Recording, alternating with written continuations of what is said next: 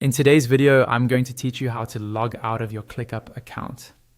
Logging out properly is important, especially if you're using a shared or public computer, or if you switch between multiple accounts. I'll walk you through the process step by step so you know exactly where everything is and what to expect on your screen.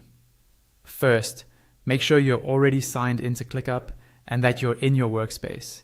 It doesn't matter what project you're working on, but for this walkthrough, we'll start from the list view. The list view is one of the most common ways to see your tasks. So if you're not already there, look for the option in the left-hand sidebar and click into any list. Once you see your tasks laid out in a list format, you're in the right place. Now, look towards the top right corner of your ClickUp window. You should see your profile icon there. This might be your initials, your photo, or a generic avatar, depending on how your account is set up.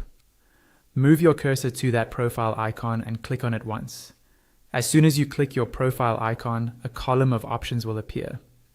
This menu usually slides down or opens next to your icon, and it gives you access to things like your profile settings, notifications, and other account-related actions. Take a moment to look over this menu so you're familiar with what's available, but for now, we're interested in the option that will lead us to log out. Within that column of options, find and click on the one labeled Settings. It may be near the middle or lower part of the menu, depending on your version of ClickUp, but it will clearly say Settings. Go ahead and click that. You'll be taken to your account settings page. This is where you can manage things like your profile details, preferences, and other personal configurations. On this page, look for the Logout option. It's usually easy to spot, often located towards the bottom or in a clearly separated area since it's an important action.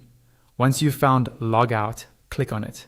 ClickUp will then sign you out of your account and redirect you typically to the login screen. At this point, you're fully logged out and it's safe to close your browser or switch users. That's all you need to do to